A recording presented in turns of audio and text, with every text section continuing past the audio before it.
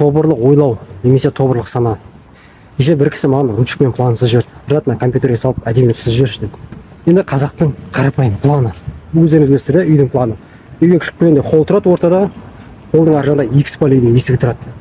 Холлда отырып спальныйдың ішін бәрін көріп отырасың. Сосын мен сол спальный көрінбесін деп коридорға бөлек коридор салдым да спальныйды коридордың ішіне салып қойдым ғой. Жасырып. Ана кісіге жіберсем, ана кісі айтады: "Ренат, ана спальный неге өзгертіп жібердің? Қайтадан есігін холлға қарат" дейді.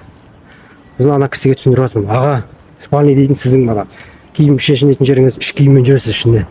Мысалы мына жақта қонақтар отырады холлда, сен әйелің ана жақта, мысалы келінің или балаң ұйықтап отыр трусымен.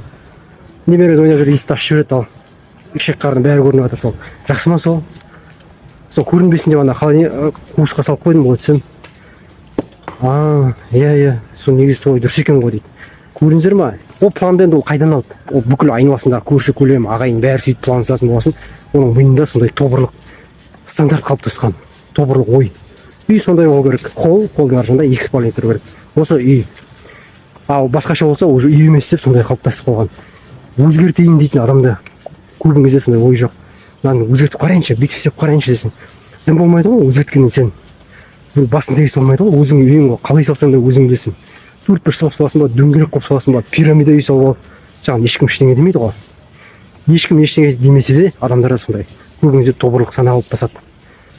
Осылай істелу керек деген сияқты жазылмаған заңдар. Мына осы тобырлық сана деп аталады.